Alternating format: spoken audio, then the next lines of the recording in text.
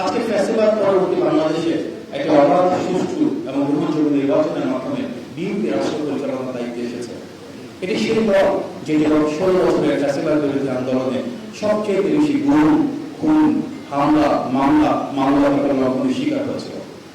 BNP সেই রাজনৈতিক দল যেটি ফ্যাসিবাদের সময় 400-এরও বেশি শহীদকে ধারণ করেছে। যারা বিএনপি নেতাকর্মী তারা একের পর রক্ত ঝরিয়েছে। বিএনপি সেই রাজনৈতিক দল যার অঙ্গ সংখ্যা ছাত্র দলের 140 জনের বেশি শহীদ হয়েছে। এই গণঅভ্যুত্থান বাংলাদেশের প্রতিটি শ্রেণীর মানুষের, প্রতিটি পেশার মানুষের এবং অবশ্যই প্রতিটি গণতান্ত্রিক রাজনৈতিক দলের। যেহেতু বিএনপি বাংলাদেশের সবচেয়ে বড় রাজনৈতিক দল, আমাদের 60 লক্ষ নেতাকর্মীর বিরুদ্ধে মিথ্যা মামলা হয়েছিল।